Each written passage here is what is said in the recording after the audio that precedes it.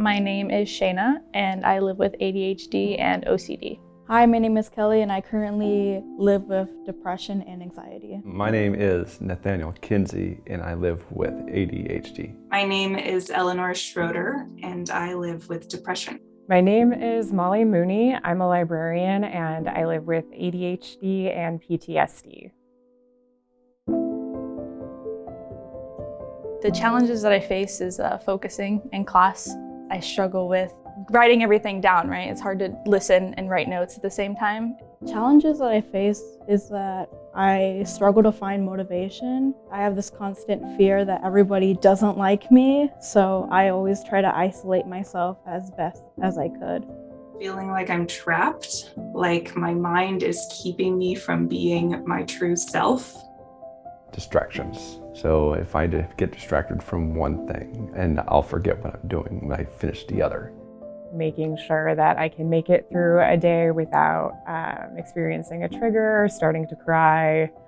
What has been helpful is reassuring myself is that nobody hates me and I'm doing the best that I can, and that's all the best I can do. Making short-term goals is what helps me. Exercising, particularly my yoga practice. I am on the mat every day, no matter what. Just listening and understanding that depression and anxiety looks different on everybody. What's been helpful for me is really positive energy. I feed off of that. There are a lot of people with severe mental health conditions who can live active, productive lives with the right support, and that a lot of times mental illness, when it looks scary, it's because it's not getting that support. I'm really fortunate at CBC that my department is wonderful and very supportive. Staying connected, staying consistently connected is super important.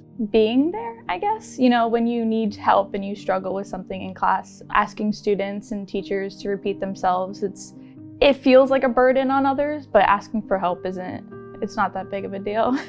I think the thing that I would most want people to know is that it doesn't make someone broken or necessarily fragile. Everybody has different struggles and everyone has different coping mechanisms.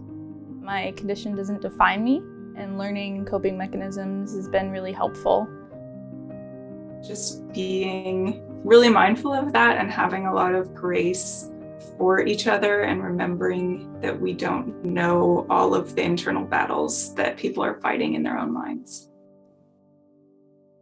If you are experiencing a mental health condition, you are not alone. You are not alone. You are not alone. You are not alone. You are not alone. Help is available.